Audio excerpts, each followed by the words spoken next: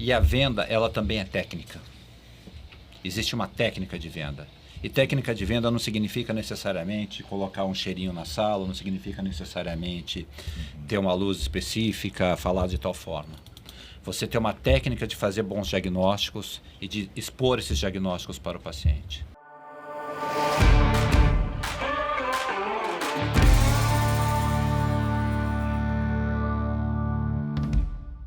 Fala, dentista! Seja bem-vindo a mais um episódio aqui do podcast do PV. Hoje, especialmente gravando direto de São Paulo, no estúdio ON21, nossos parceiros. E eu estou feliz pra caramba porque eu estou no momento de uma série muito especial. Esse aqui é mais um episódio da série Influência Pro. Eu convidei os meus mentorados para estarmos juntos discutindo empreendedorismo em odontologia, de uma maneira ampla. Eu quero que vocês conheçam carreiras de protagonistas, que vocês conheçam a odontologia além do mocho, a odontologia que faz parte do processo. Eles viveram a clínica, eles vivem a clínica, mas eles também vivem os bastidores ou, de forma visionária, o futuro da odontologia. Eles estão sempre à frente. O protagonista, o empreendedor protagonista é aquele cara que está sempre 2, 3 passos à frente. Às vezes desenvolvendo produtos, às vezes desenvolvendo tecnologia, desenvolvendo estratégias, desenvolvendo protocolos, desenvolvendo sistemas. E hoje, de uma forma muito especial, eu estou aqui com a Priscila Ribeiro, que veio de Cascavel. Obrigado Priscila por estar aqui, reabilitadora oral, gestora, dona de clínicas, gestora de equipes, líder de equipes, professora. Estou aqui com o Marcelo Lucchesi, meu parceiro também de longa data, professor. Marcelo Lucchesi também professor, gestor, tem clínica, está no mocho, autor de livros, viveu academia e nós estamos numa mesa de reabilitadores orais. Aqui eu vou dizer para você, eu tenho muito para aprender com vocês dois aqui, porque a minha rotina clínica, ela não tem a densidade da rotina clínica de vocês.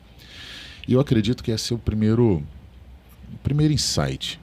A reabilitação oral, para quem está acompanhando aqui no canal, ela envolve todas as áreas. Quando você fala reabilitação oral, não existe uma especialidade. E quando você separa a dentística de prótese, você quer uma separação acadêmica, uma separação didática. Não tem como mais você separar a dentística de prótese. Só que quando você fala reabilitação oral, você envolve ortodontia, você envolve implantodontia. A área central, o hub aqui, é a prótese. Numa área de reabilitação oral, nós estamos tratando de, primeiro, maior complexidade. Por que maior complexidade? O envolvimento da reabilitação oral, você tem ali a reabilitação oral em estágios menos complexos e em estágios mais complexos. Eu estou de frente para 2 reabilitadores, eu vou puxar o carro para o mais complexo, porque o mais complexo ele envolve mais etapas e ele também envolve mais ticket. A venda de casos complexos na reabilitação oral é a venda de high ticket. Marcelão, me permita, vou começar a pergunta com a Pri.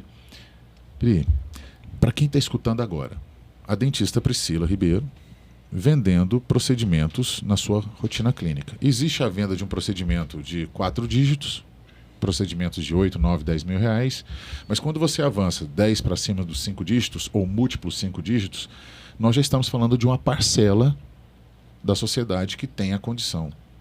Como que você lida com o high ticket na sua clínica? Como que você acolhe, como que você coleta, como que você pensa como gestora a venda do high ticket na rotina clínica? Paulo, primeiro, obrigada. Quero dizer que é uma honra estar aqui com o Marcelo, com você, né, dividindo esse espaço. E quando a gente fala ali de reabilitação, realmente é bem complexo, mas eu entendo que, principalmente, o diagnóstico. A gente tem que partir do diagnóstico, porque a partir do momento que a gente entende o que o paciente precisa, a gente consegue traçar esse plano de tratamento para ele e consegue mostrar para ele a necessidade, porque ele não sabe. O paciente não chega lá falando para a gente que ele precisa de uma reabilitação. Normalmente ele chega dizendo que ele está com um incisivo, que ele já fez a restauração lá inúmeras vezes e essa restauração não para, por exemplo. Então essa é a queixa, essa é a dor dele. Mas aí cabe a nós, numa anamnese detalhada, entender qual que é o problema daquilo. E aí não só eu entender, mas eu conseguir passar para ele. Porque eu entendo assim, ó, que a partir do momento que eu consigo mostrar para o paciente o que ele precisa, fica mais fácil dele fechar o caso. Entende? Então, respondendo a essa sua pergunta, o high ticket é difícil? Entre aspas, eu acho que sim, porque não é todo mundo que pode, ou às vezes o paciente chega lá achando que o problema dele é dente anterior, que é pontual, que ele vai ter que fazer 2 coisinhas e de repente você oferece uma reabilitação. Então não é bem assim. Porém, o que eu vejo de diferença? A partir do momento que eu consigo mostrar isso para o paciente, talvez ele não possa fazer nesse momento, mas ele volta. Entende? Ele se programa. Ele entendeu o que você passou para ele. E ele não vê aquilo como uma venda casada. Ele entende como uma solução de problemas. Maravilha, eu adoro Então, essa isso frase. faz toda a diferença, eu acho. Maravilha, já tomei nota aqui. Às vezes nós vendemos uma solução para um paciente que não identificou o problema, né? Então, antes de trazer a solução, trago o problema. Tem um livro de capa amarela, para quem está seguindo a gente aqui, ele se chama Apaixone-se pelo problema e não pela solução. Sim. O apaixone-se pelo problema é exatamente o que a Priscila acabou de colocar. Até me corrija se eu estiver errado dentro dessa perspectiva. É de valorizar a sessão de identificação do problema. Exato. A sessão de diagnóstico. Dar valor para ela. Investir. Exato. Fantástico. Já valeu a vinda aqui pro podcast, hein? Quem escutou já pegou uma. Marcelão, na mesma linha, cara. Na reabilitação.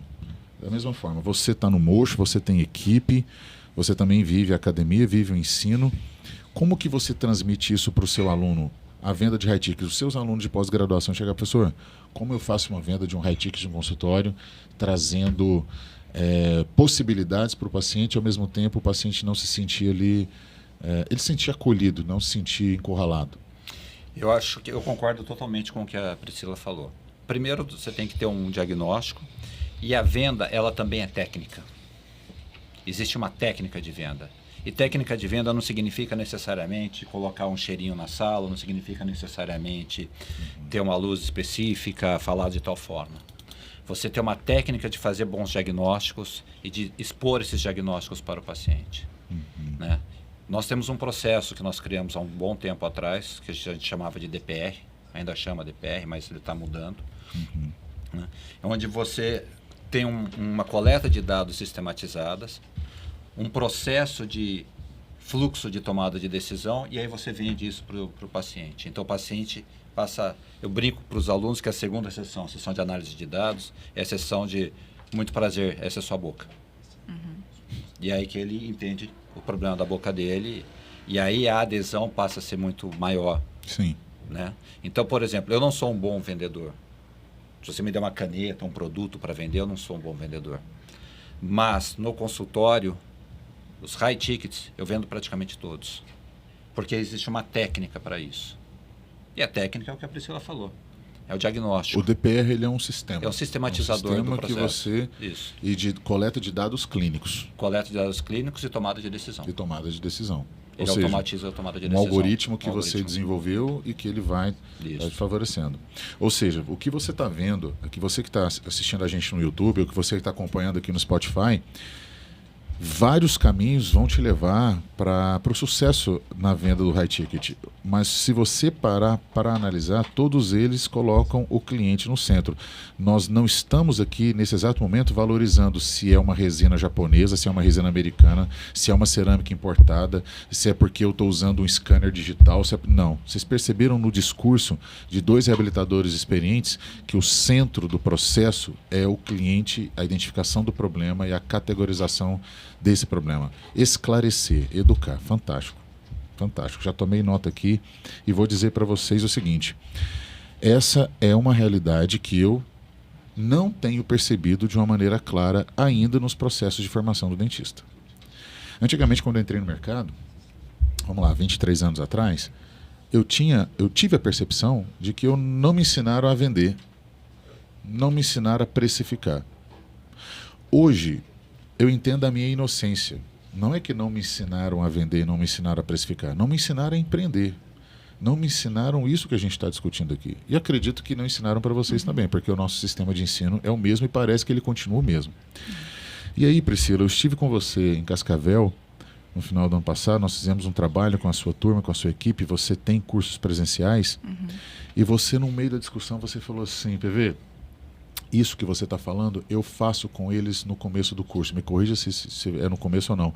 Eu ensino o meu aluno a vender. Eu queria esse insight. O porquê que você abriu mão de parte de um conteúdo técnico para ensinar o seu aluno a fazer um processo de venda. O porquê disso e como que você faz isso? Tá. Justamente por conta dessa formação que você acabou de falar, que é a mesma formação que nós tivemos, e eles saem da graduação dessa forma, ainda muito pensando em parte técnica.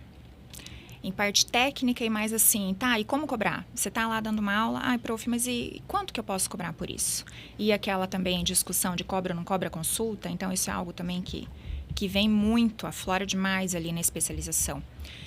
E o que acontece? Eu sempre friso para os alunos, olha, tudo bem, nós vamos chegar nisso daí, mas antes da gente entender quanto a gente vai cobrar, a gente tem que saber como fazer e como mostrar isso para o paciente, saber fazer o diagnóstico. Então, assim, é um processo, é uma construção que eu vou ensinando para eles nesse sentido de discussão de caso clínico. O que tem nessa boca aqui?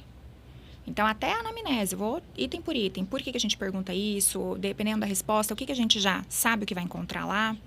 Então, a gente vai construindo, aprende a passar, a formar esse plano de tratamento e fotografia, trabalhar muito com fotografia para eu conseguir mostrar para o paciente. Então, assim, são ferramentas que a gente utiliza para facilitar esse processo de venda, entre aspas, né? É uma venda, sim, mas entregar para o paciente o que ele precisa. Só que eu tenho que saber e a partir do momento que eu sei, que eu entendo, eu consigo mostrar.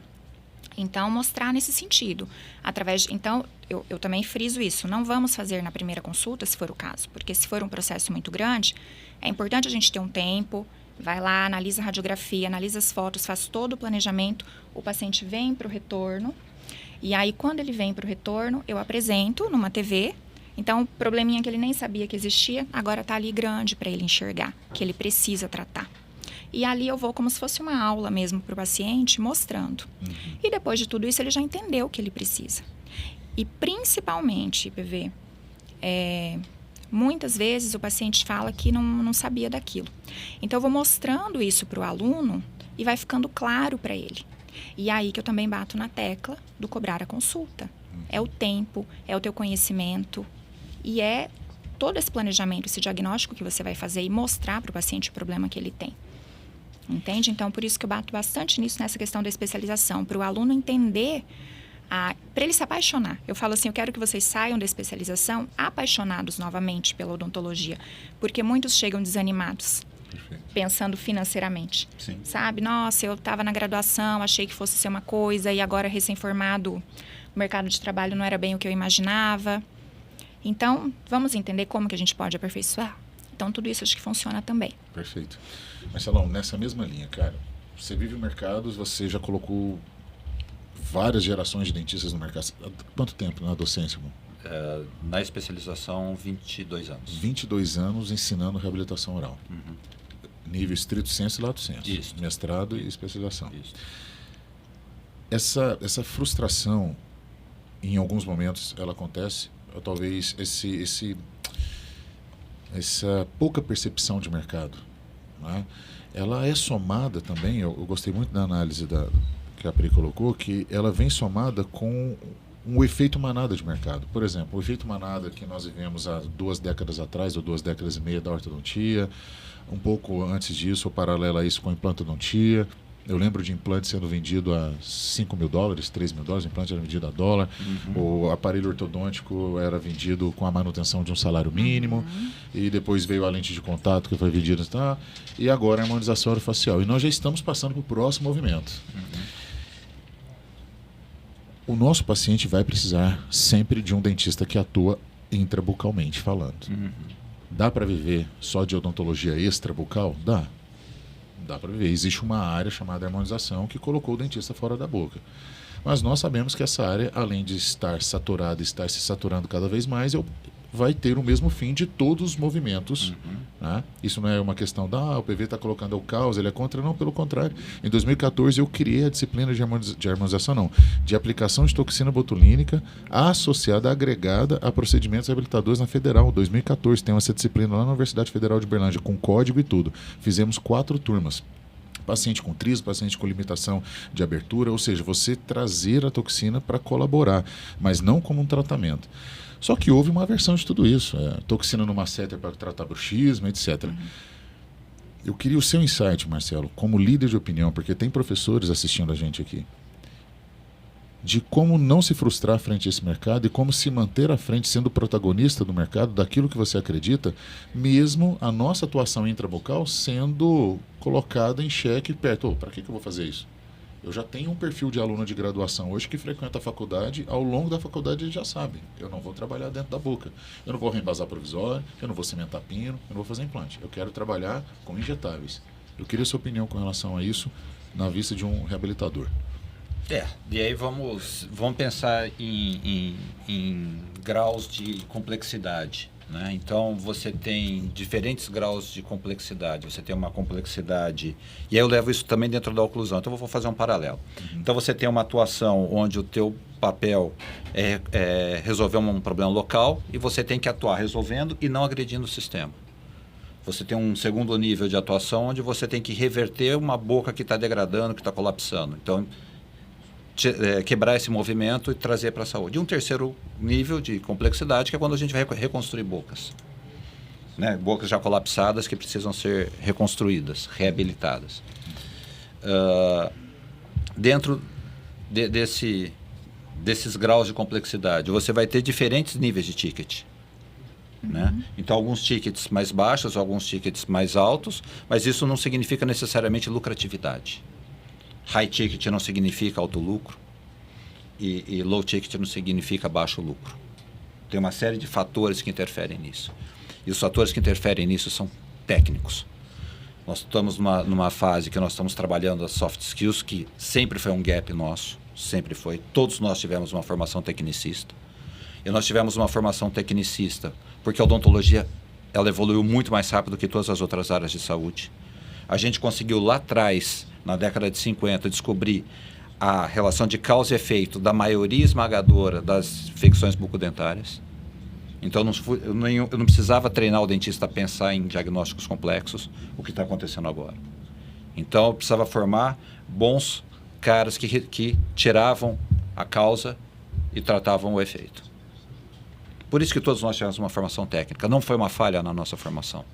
Foi o conhecimento da época e a odontologia estava muito mais avançada que todas as outras áreas de saúde. Questão cronológica de evolução. Dentro disso. Então, nós não fomos mal formados, sendo formados tecnicamente. Mas o mundo mudou, novas doenças apareceram, novos conhecimentos, novas tecnologias. Ponto. Tem que formar novos profissionais. E você percebe que esses profissionais estão sendo formados? Num oceano muito grande uma fábrica muito grande de profissionais, num oceano muito grande, existe uma grande diferença na formação dos profissionais. Nós temos no Brasil hoje mais faculdade de odontologia do que no mundo. Não dá para a gente ter uma uniformizada, ver um profissional de uma forma uniforme. Então nós temos de tudo no mercado. Nós temos desde meninos que saem bem formados, prontos para crescer. O que o pessoal chamava de World Champion Material, né? Um material... você fala assim, esse menino é um material de sucesso. Ele vai ser um sucesso. E aí esse menino também tem que entender que para ele ser um sucesso não é um evento, não é um interruptor, é um processo. Eu falo para eles, a carreira é uma maratona. Um curso de formação, PV, é uma maratona. Concordo. E num modelo de imersões de 2 horas, imersões de final de semana... A imersão é muito legal, porque ela estimula, ela encanta. Ela planta a semente. Ela encanta. Mas na maratona tem hora que você quer largar a corrida porque você está com dor no fígado, tem hora que você quer largar a corrida porque o joelho está doendo, tem hora que você quer largar a corrida porque você esgota. O mental está esfolado. O mental está esfolado, mas, velho, a hora que você cruza a linha de chegada, velho. A efusão, né? Você está tão... O nível de adrenalina é muito maior do que a da corrida de 100 metros. A reabilitação oral é uma maratona. Ela é. A carreira é uma maratona. E como tratamento, a reabilitação oral é uma maratona. A transformação, a reabilitação pontual, por exemplo, fazer uma classe 1, fazendo fechamento de astema, é uma corrida, é o tiro curto. Você pode aprender isso num curso de 2 dias. Sim. Mas uma reabilitação oral não se ensina num curso de 2 dias. Não. Então aqui nós entramos num contexto educacional. Eu estou de frente para 2 professores. Agora, deixando um pouco só o mocho e pensando no processo de ensino, e serve para todo mundo agora que está escutando, se você é ou não é professor, porque de repente você não é um professor de dentistas, mas você é professor do seu paciente. Guarda isso, tá? Você é professor do seu cliente. Existe um ensino offline e um ensino online.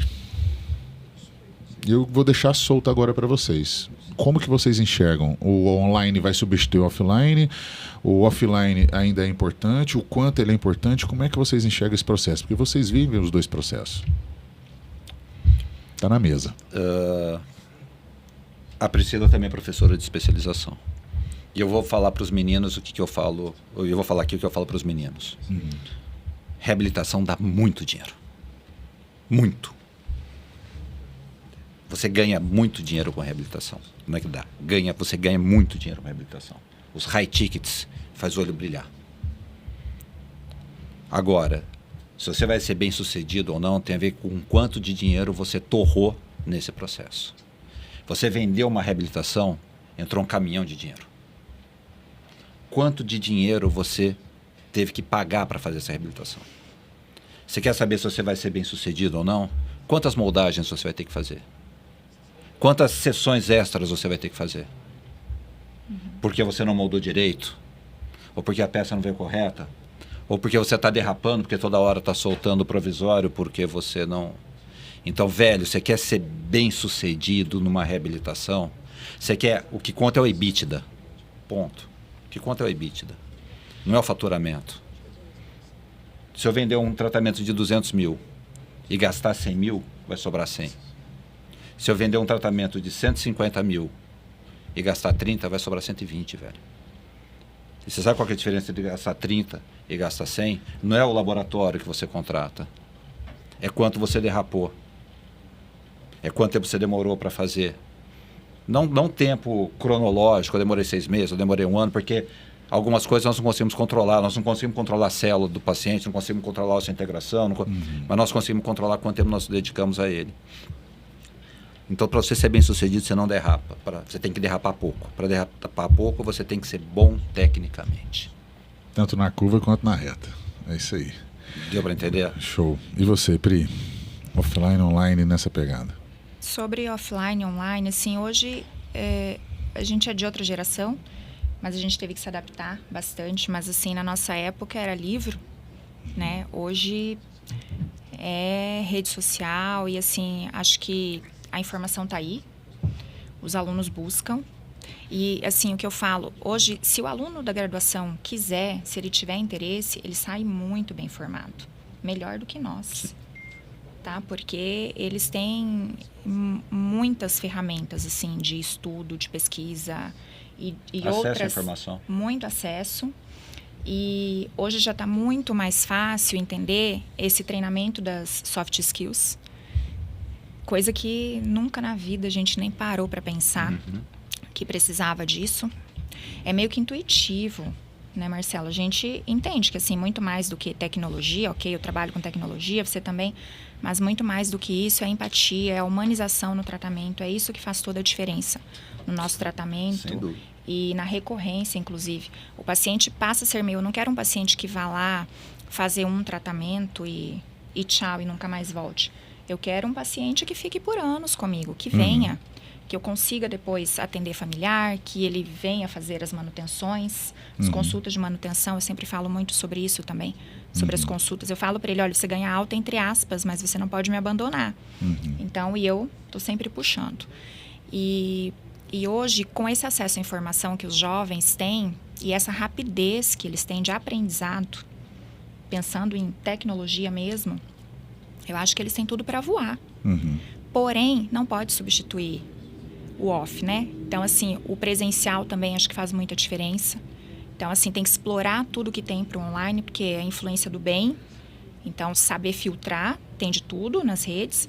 Então, é importante saber filtrar. Mas eles têm tudo para voar. Muito mais do que a gente, muito mais, eu acho. Sabe? Eles já saem com muitos anos na frente, se quiserem.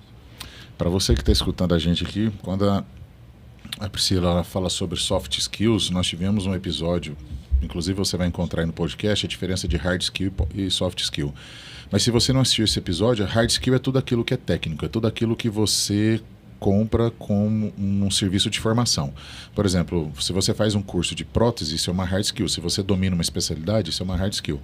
A soft skill, ela te empodera porque ela complementa tudo aquilo que você faz. Por exemplo, a capacidade de comunicação é uma soft skill. E eu queria aproveitar esse tópico que foi levantado, fazer uma pergunta para vocês. Top 3 soft skills para um reabilitador. 3 soft skills que você fala assim, cara, se eu vou vender um high ticket, se eu vou vender uma reabilitação, se eu vou trabalhar num caso mais complexo, essas 3 soft skills eu tenho que ter. Comunicação, total, porque é isso que vai fazer o paciente entender o que ele precisa. A empatia com o problema dele. E humanização. Talvez essa parte da humanização. Não é só sentar na minha cadeira, abrir a boca e tchau. Não. Muito mais. Maravilha. Algum complemento aí, Marcelão? Comunicação com o paciente, com a equipe. Então, a comunicação e com comunicação vem 2 características. A liderança. Você tem que liderar o processo. É um processo que pode ter derrapagens, então você tem que liderar o processo, tem que liderar a equipe. Um tratamento reabilitador é um tratamento multidisciplinar. Você está trabalhando com vários profissionais. Então, a comunicação, perfeito. A empatia e a humanização é fundamental. Fundamental porque você não está tratando bocas. E eu falo o seguinte, você tem isso certamente. Nenhum paciente que sai do seu consultório é igual ao mesmo que entrou. E eu não estou falando do ponto de vista estético. Não estou falando do ponto de vista funcional. Eu estou falando do ponto de vista como pessoa. Isso. É absurdamente impressionante. É absurdamente impressionante. Então, empatia e humanização eu considero. Legal. Considero a comunicação e aí, na comunicação, a liderança. Então, a comunicação, a gestão do processo como um todo. Deixa eu complementar. Quando você colocou ali liderança de equipe e comunicação com a equipe, total sentido. Porque a equipe tem que estar alinhada. Não adianta eu lá dentro fazer o melhor trabalho do mundo, tratar o paciente como a gente gostaria de ser tratado e lá fora não ser igual. E quando a gente define, você sabe outra coisa, Marcelo, nessa parte de empreender e de fazer gestão, missão, visão e valores? Lá atrás eu pensava, nossa, que nada a ver, isso aí é muita teoria, né? Missão, visão e valores. E a partir do momento que eu entendi que não era nada de teoria, que eu precisava ter muito claro para mim qual era a missão, qual que era a minha visão e quais eram os meus valores, e eu fiz a equipe entender isso, gente, fez total sentido. E hoje, essa frase que você falou ali, fazer com que o paciente saia daqui melhor do que ele entrou, faz parte da minha missão. E lá dentro todo mundo sabe disso. Todo mundo. Então, isso eu vejo. E quando alguém repete, até contando rapidinho, um dia um paciente chegou assim meio nervoso lá com uma situação, fui pra dentro, conversei e tal, ele saiu dando risada, contando piada. Aí, uma recepcionista virou pra mim, total sentido, sair daqui melhor do que ele entrou. E aquilo me ligou assim, eu falei, olha, que legal, eu consegui fazer com que a equipe entendesse o que realmente quer dizer o que está lá na parede. Perfeito, né? Perfeito. E olha só que interessante. Quer complementar aí, Marcelo? Não, eu acho que é isso. Eu acho que a principal é a comunicação. Todo reabilitador tem que ser um líder. Então, eu falo para os meninos que eu tenho que formá-los maestros. Maestro que lê partitura, que fala agora toca você, agora toca você, agora toca você. Né? Legal. Eu gostei desse insight. Ele não vai fugir, mas ele vai complementar liderança de equipe. Porque nós trouxemos as soft skills, comunicação para liderança. Aí a Priscila veio, liderança de equipe, comunicação em equipe. De equipe e de processo, e né? de processo. Você fazer a gestão do processo. Porque no final, o reabilitador é o dono do processo. Por mais que venha um orto, complementa, venha um implante, complementa, venha um endo, complementa, na reabilitação você é o hub. Você é o maestro. Você é o maestro. tem que estar conectado, você tem que estar fazendo parte, não dá para terceirizar, você tem que estar ali na linha de frente. Você terceiriza a operação, mas você não terceiriza a gestão. Missão, visão e valores. Eu li um livro recentemente, o Novo Código de Cultura. José Salib Neto é um dos autores desse livro. Cultura. Essa palavra ela tem um peso enorme. Eu não valorizava tanto até eu concluí as primeiras mentorias com o Joel J. Ele falou, cara, o quanto é importante a cultura da equipe, a cultura do negócio. Você deixar claro qual é o nosso código de cultura. Tem muito a ver com propósito, tem muito a ver com acolhimento, tem muito a ver com gestão de relacionamentos. Se fala tanto hoje do sucesso do cliente, os métodos de CS, como nós podemos aprimorar e evoluir a maneira que o nosso cliente vive no nosso negócio, a jornada dele. E quando você fala de uma jornada do cliente que é recorrente, por exemplo, um cliente que não tem uma reabilitação para comprar, mas ele tem os planos de manutenção, as manutenções preventivas. E a jornada dele vai ser aquela jornada curta, mais frequente. Ao contrário da jornada do cliente no processo de reabilitação. É uma jornada longa, uma jornada em alguns momentos desafiadora, porque tem a fase de transição, as restaurações de transição, etc. E nesse meio do caminho ele tem uma viagem internacional, e ele viaja com provisório, nós já vivemos isso. Então o meu código de cultura tem que estar muito bem alinhado, porque o paciente ele pode não se sentir tão bem acolhido. Talvez, eu estou tentando sensibilizar quem está escutando, talvez o dentista é bom, o cara é bom de mocho, tecnicamente ele é bom, mas a jornada do cliente não está sendo satisfatória, a experiência não é legal. E já não é mais uma questão de mocho, não é mais uma questão de hard skill. Na liderança de equipe, devolvo então para a Priscila. Priscila, eu queria um pouco do seu contexto, de por onde você passou até hoje você considerar que você vive no seu melhor momento de carreira com relação à gestão de equipes. Nós tivemos um bate-papo sobre isso, você chegou a ver gestão de equipe, esse é o meu foco. Teve algum momento que você terceirizou? Teve algum momento que você centralizou demais? Teve algum momento que você fez alguma consultoria e te alertaram para algum ponto? Traz um insight aqui para a gente sobre gestão de equipes na rotina clínica. Tá. Essa parte de fazer a gestão, eu já fiz vários cursos além também da odontologia, mas muito focados nessa parte de empreendedorismo. Eu chegava lá, eu era a única dentista. Essa parte de liderança. Então, eu fui desenvolvendo isso. Eu sabia que era algo que eu gostava, mas isso nunca foi nada assim. Não foi claro, saí da graduação, nossa, eu gosto de fazer gestão. Não. Foi acontecendo automaticamente, talvez mais por uma necessidade de entender que é legal para o paciente ele estar num lugar onde ele consegue resolver tudo que ele precisa, onde ele pega um profissional ali que é responsável, esse profissional define o tratamento dele, mas agora ele vai para essa especialidade, agora ele vai para outra. Eu não faço tudo e nem posso fazer e não sei fazer. Eu tenho profissionais muito melhores do que eu que vão tratar o paciente muito melhor do que eu trataria, vão fazer uma endo melhor, vão fazer um implante. Então, ótimo, vai com ele, tá tudo bem.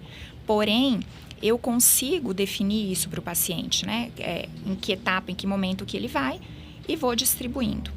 Então, isso eu fui entendendo a necessidade disso acontecer dentro do consultório. E por isso eu fui trazendo mais dentistas, mais especialistas para trabalharem ali comigo. A partir do momento que a gente tem mais profissionais trabalhando, a equipe de colaboradores também tem que aumentar. Aí eu preciso ter uma colaboradora responsável pelo primeiro contato, o paciente que está entrando em contato pela primeira vez no consultório. Aí eu tenho que ter uma outra responsável só para o agendamento, para o paciente que já é nosso. Aí tem que ter uma outra só para o financeiro. Então, nisso a equipe foi aumentando. Conforme a equipe foi aumentando, eu fui entendendo que, então eu tenho que estudar um pouquinho mais sobre isso. Conhecer melhor as características das pessoas para eu conseguir manobrar. Então, hoje eu me divido nessa parte de gestão, porque eu delego, mas eu não largo. Então, eu terceirizo, mas eu estou sempre ali. É diferente, A gente delegar de largar, não entender o que está acontecendo. Então, hoje eu fui atrás e fui estudar bastante essa parte e fui aperfeiçoando cada vez mais. E hoje eu digo assim que eu gosto muito disso daí, dessa parte de liderança e de gestão. Principalmente, eu gosto de pessoas, porque tem isso também, a gente tem que gostar de pessoas. Sim. Se o a gente líder não de gostar, equipe, você tem que saber conectar, porque ele vai conectar com pessoas. E ele Total. também vai permitir, ele vai facilitar a conexão entre os membros, né? sempre. Porque ele não pode estar conectado só com você. Não. Tem uma confusão muito grande aqui do líder que sabe delegar e do líder que centraliza. E esse é o cuidado, porque se ele centraliza demais, ele não estimula a conexão entre os outros membros da equipe para que o processo, né, seja menos desgastante, seja mais menos desafiador, vamos colocar assim. Qual o tamanho, a sua equipe hoje? Me conta sobre ela. Quantos trabalham com você direta e indiretamente? Nós somos em 9 dentistas, né? E No 6 mesmo espaço físico? no mesmo espaço, que vão revezando, enfim, de acordo com as especialidades, com as necessidades, e 6 colaboradores. CLT. Hoje estamos assim. E os dentistas numa relação, cada Parceria. Parceria. Parceria. Maravilha. E aí o que você falou ali de fazer com que a equipe interaja entre si, não somente comigo, por isso as reuniões. Então, assim, reuniões semanais com a equipe. E reuniões individuais. Acho que isso também faz toda a diferença. Reunião individual, a gente pontua, assim, acerta os ponteiros, né? O que a gente tem que melhorar aqui, tem que melhorar aqui, ali. Reuniões de equipe motivacionais. Então, sempre incentivando. E fazendo também, eu sempre procuro, e assim, não é molezinha, mas aos poucos a gente vai entendendo e ficando mais fácil de como que a gente conduz essa reunião. O que eu vou falar na reunião seguinte? Mas sempre com esse objetivo de que a equipe, que eles se admirem. Então, eu falo assim, vocês têm que se admirar. Porque a partir do momento que eles gostam de estar lá, que eu admiro o teu trabalho, eu colaboro com o teu trabalho. Então, é todo mundo realmente trabalhando junto. Então, hoje eu tenho muito orgulho, assim, da equipe que está lá comigo, das pessoas que estão comigo. Perfeito. Legal. Que os membros da equipe se admirem, né? Exato. É legal. Marcelão, nessa mesma esfera, no ensino, no auge do processo, você está como um líder. Eu conheço a história de cada um, todos sabem, nós estamos aqui numa série do Influência Pro, uma série especial do podcast com o PV. Eu conheço cada história, nós estamos desenvolvendo projetos. Eu estou passando por diversas transformações nesses últimos anos, daquilo que eu acredito ser um negócio vinculado ao sistema de educação e também o cuidado com o meu aluno dentista. Pegando esse contexto, Marcelão, de liderança de equipes, o que você pode trazer para aquele professor que está aqui e ele é coordenador de graduação, ele é coordenador de pós-graduação, ele tem um curso na cidade dele, ele tem um curso fora. Me conta um pouco sobre a sua experiência e como que você recomenda hoje, dentro de tudo que você já viveu no ensino, como isso deve ser realizado de uma forma que não desgaste também o processo. Por que eu estou tocando nesse ponto? A mesma dificuldade que um gestor clínico tem com 9 dentistas trabalhando é a dificuldade que um coordenador de curso tem com 9 professores trabalhando com ele. Porque tem que ter também aqui um código de cultura, tem que ter uma missão, valores, etc. E nem sempre isso é vivido. Eu queria um pouco da experiência do coordenador Marcelo Kess. Bom, vamos lá. A EPIC, né? A minha equipe chama EPIC, Equipe de Pério, Prótese e Implante de Campinas, cujos coordenadores sou eu e o professor André Pellegrini. André Pellegrini na área de cirurgia, eu na área de prótese. Então, ela tem uma cultura, né? Então, ela tem objetivos, missão e valores. E isso é colocado desde o começo, desde o primeiro contato com o aluno, e a equipe tem esse contato direto. Eu fiquei vendo a Priscila falando e fiquei pensando, isso é cultura. A cultura, ela vem do líder. Não adianta falar em cultura. A cultura, ela vem do líder. Se o líder não falar uma coisa e fizer outra, não existe cultura. A cultura, ela é a cara do líder. Não é só o exemplo, é como viver, é como, né? São os valores. Então, primeiro que a missão, valores, tal, ela tem que compactuar com a presença física do líder. Líder que tem uma característica e a equipe que tem e a empresa que tem outra, não esquece, o processo não vai dar certo. A EPIC já teve 26 professores, hoje a EPIC tem 16 professores. E o difícil nisso daí, primeiro, definir uma cultura. Então, né, a cultura vem da liderança. Segundo, vou falar das dificuldades que eu tive ao longo de todos esses anos. É difícil você saber quem que é o centroavante, quem que é o lateral, quem que é o... Às vezes você tem um baita centroavante e ele está jogando de goleiro. Não é que o cara é ruim, é que você não achou a posição dele. E, velho, isso tem tentativa e erro. Sim. Então, no processo, você vai ter que apagar incêndios. Deu para entender? Até você descobrir que esse cara que está jogando de goleiro, ele é centroavante. A hora que você botar ele de centroavante, puta, aí o negócio vai. Então, hoje, eu penso que a nossa equipe ela tem essa maturidade. Hoje, a equipe cada um tem a sua posição. Gastou tempo. Porque tem momentos que o centroavante é bom no centroavante, mas ele não sabe, ele não reconhece isso. E você nem sabe que ele é centroavante, nem ele. Ele quer jogar de goleiro. Nem ele. Então, hoje eu tenho professores que eu falo, cada aluno tem o seu mentor. Então, hoje, o professor que está na linha de frente na clínica, o aluno, ele é o mentor do aluno. E é mentor em todos os sentidos. Se o aluno tem alguma dúvida no consultório dele, ele vai atrás do mentor dele, porque é um outro tipo de relação. O paciente pertence ao mentor. Ele está emprestado para o aluno. Isso é uma coisa também que eu vi que fez muita diferença ao longo do processo. Divisão de responsabilidade. E também a comunicação mesmo. Claro. O nível de comunicação caminho, né?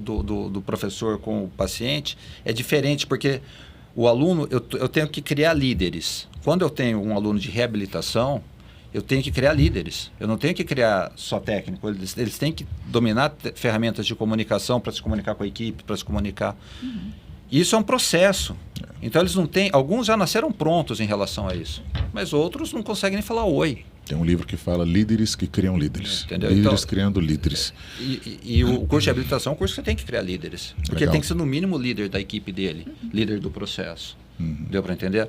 Então, voltando para a pergunta sua, online e offline. Cara, são características muito diferentes. E por ser características muito diferentes, você tem perfis diferentes. Não adianta você botar o goleiro para jogar de centroavante e vice-versa. Um cara que tem perfil online é diferente de um cara que tem perfil offline. E o que eu vejo é que o mais importante na formação do aluno é o cara que está na linha de frente, que segura na mão dele. A formação... Que de repente não é o grande cátedra, que é o coordenador do curso, etc., que é o cara que tem experiência. Não, tipo, não é. Pode ser, às vezes, o assistente que está ali mas cara, alinhado na cultura do curso. Alinhado na cultura do curso e um cara que seja um exemplo para o aluno. Um exemplo como pessoa, um exemplo como profissional. Como conquista. Normalmente são gerações que estão mais próximas, que se comunicam com mais facilidade. Não necessariamente. Aí eu vou discordar um pouco disso, PV. Eu concordo até certo ponto. Porque tem a ver com a identificação do aluno. Se você pensar dessa forma, o que você falou é verdade. O aluno tende a se identificar com quem é mais jovem. O aluno jovem se identifica com o mais jovem. Está muito mais próximo.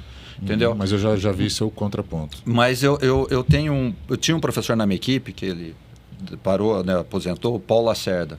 Né, a gente brincava do bigode branco. Cara, o Paulo era o nosso ídolo máximo, entendeu? Era o baby boomer que conecta com geração Z. Não, e assim, você...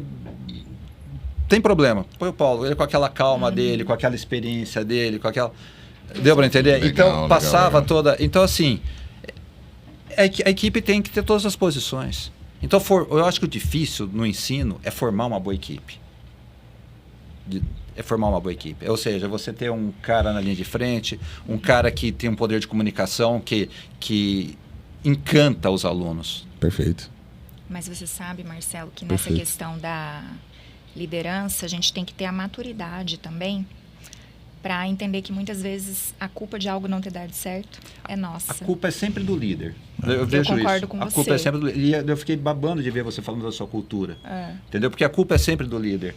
Né? E a cultura tem a ver com o líder. Então, assim, mesmo que a equipe falhou, a falha foi do líder, porque ou ele não soube escolher a equipe, ou ele não soube gerenciar o processo. Eu acho isso também. Eu penso, ou eu não enxerguei lá atrás, na contratação, que essa equipe, que essa pessoa não estava de acordo com os meus valores, com os meus da empresa, porque acaba que se confunde, né? Ou já aconteceu exatamente isso que você falou.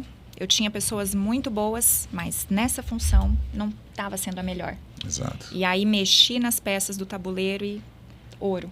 Entendeu? Eu falei, nossa, olha que maravilha. E aí, na formação de equipes, você trabalha com processos de evolução, de capacitação interna. Porque você quer a melhor equipe. Às vezes, você tem que contratar um centroavante que ainda ele não está pronto, mas você sabe que ele tem talento. Aí você investe.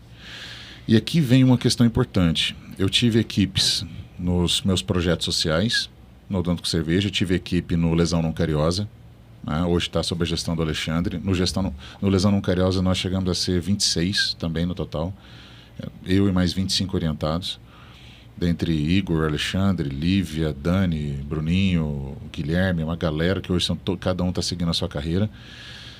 Tenho a equipe da Versage, que não está mais na minha gestão, a antiga IPV. O IPV hoje era uma equipe é um ecossistema de ensino. E todo líder quer trabalhar com os melhores.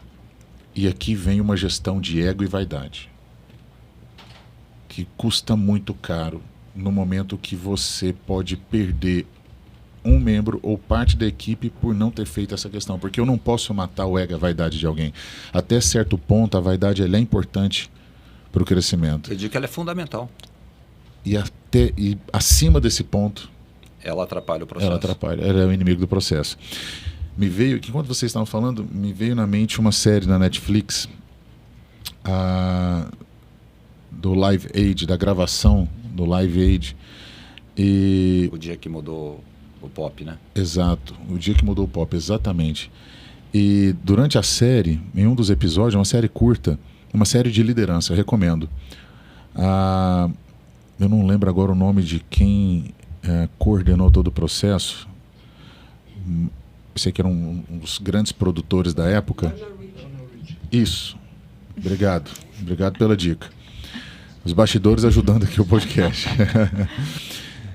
E ele coloca... Eles criam a música, Michael Jackson e o Lionel Reed, e tem mais um produtor. Quincy Jones. Obrigado, Marcelão. Os caras criam o processo e tem que gravar a música logo após a noite do Grammy. Ele falou, cara, eu vou colocar todo mundo aqui dentro de uma sala e nós vamos ter que gravar isso aqui em 4 horas. Ele pega um papel, escreve assim, ó: deixe a sua vaidade do lado de fora, e cola na porta do estúdio de gravação. O verdadeiro líder, ele tem que saber o momento que ele tem que estimular a vaidade. Você precisa, acredite mais você, e ele tem que saber o momento de cortar. E esse momento de cortar, você corre o risco de falar, não, parece que esse cara não quer que eu cresça. Mas na verdade você está cuidando para ele não se matar, para ele não se perder, né? Eu fico muito, muito feliz desse podcast que nós desenvolvemos aqui, porque se nós percebemos, nós iniciamos um processo de venda de high ticket e terminamos na liderança, e passaram-se 46 minutos voados. Isso aqui é igual o jogo bom você não vê. Eu preciso fazer uma rodada de perguntas com vocês, tá? De bate pronto, pode ser uma palavra ou uma frase curta. Vou começar pela Priscila. Priscila, o que significa para você empreendedorismo? Coragem. Para você, Marcelo, empreendedorismo? Cara, eu acho que coragem é a primeira. Coragem e dedicação. Mas coragem, tomar riscos. E muitas vezes é solitário, né? É solitário. Influência. A influência do bem, eu acho que... Tem tudo a ver, né? Demais. Influência. Influência é comunicação e exemplo. Sucesso. Nosso sucesso é bem relativo. E parece que a gente nunca está satisfeito o suficiente. Mas tem a questão da autossabotagem também. Mas, enfim, eu acho que vamos levar para o equilíbrio, então. Sucesso e equilíbrio. Conseguir equilibrar as diferentes funções ali da vida. Sucesso. Atingir o propósito. Atingiu o propósito. Legal. E, Priscila, a última. Por que você escolheu a mentoria, o Influência Pro? Por que você aceitou estar conosco? É uma pergunta meio complexa, entre aspas, mas assim, já falei para você várias vezes da admiração que eu tenho por você, mas principalmente, além da admiração, a confiança. Então, você me pegou num momento assim em que eu estava precisando disso, mas que nem eu sabia muito bem. Então, vou repetir aqui o que eu falei, a tal da autossabotagem, crenças limitantes. E você acreditou mais em mim do que eu mesma, naquele momento em que nós conversamos. Então, eu pensei, bom, se ele é uma pessoa que eu admiro, que eu confio, e ele está me dando esse voto de confiança, eu vou fazer a minha parte. Eu acho que eu tenho que ir mesmo. Maravilha. Obrigado pela confiança. E vamos fazer valer a pena tudo isso, Vamos. né, gente? Show de bola. Marcelão, por que, cara, a mentoria Influência Pro? Eu te conheço há um bom tempo, né? E te admiro há muito tempo, né? Eu tenho fotos... É melhor mostrar as fotos que eu tenho com ele. Porque você vai reconhecer, cara. Mudou, né? Mas assim... Então, Mas não foi harmonização. Né? Não foi. Espero que não, espero que não. Então eu tenho uma admiração há muito tempo, né? E eu acho que foi... tem coisas que não dá para explicar, né? Eu falei, eu vou parar de algumas coisas e quero abrir algumas frentes. Eu quero dar uma oxigenada, cara. E nesse momento eu falei, então é essa a decisão que eu vou tomar. Vou começar uma nova frente, eu não sei o quê, não sei como, não sei por onde. Não sei o quê, não sei como, não sei por onde. Tá fácil. Aí, de repente, ele manda uma mensagem para mim, cara. Vamos nessa? Eu falei, resultados excepcionais. Um amigo que eu tenho, uma admiração que eu tenho, quer dizer, fechou tudo. Então, foi isso. Eu que agradeço muito estar tendo essa oportunidade com você. Muito obrigado. Show de bola. Eu que agradeço a presença de vocês aqui. Construímos um ótimo podcast. Eu tenho certeza que quem escutou esse episódio aqui ganhou, se inspirou. E agora a gente precisa da conexão com vocês. Eles com certeza vão querer conectar com o universo de vocês. Algum @ em algum endereço digital. É Priscila, com SC e 2 Ls. Ok. .ribeiro.dentista. Priscila.ribeiro.dentista. O meu é Marcelo, L de laranja, T de tatu, X de Xuxa. Marcelo LTX. Marcelo LTX. Show de bola. Obrigado, tá? Obrigado pela presença de vocês. Agradeço. Para você, dentista, para você, empreendedor, para você que é da indústria, para você que é paciente, para você que é aluno de graduação, que está fazendo transição de carreira, para você que está com mais de 40 anos de profissão e quer render mais 10, 15, 20, esse é o canal que vai te ajudar, porque nós estamos falando não só de técnica no mocho, mas todo o processo que está associado com a venda do serviço odontológico, com a venda de saúde bucal, com o empreendedorismo de carreira. E quem senta nessa mesa aqui, nessa série especial do Influência Pro, são protagonistas da própria carreira, são protagonistas e proativos para a evolução, para a sua própria história. Obrigado. Se você curtiu, se te ajudou, compartilha, curte o canal para que mais pessoas possam aprender com esse conteúdo. Um grande abraço para você e até o próximo episódio. Valeu!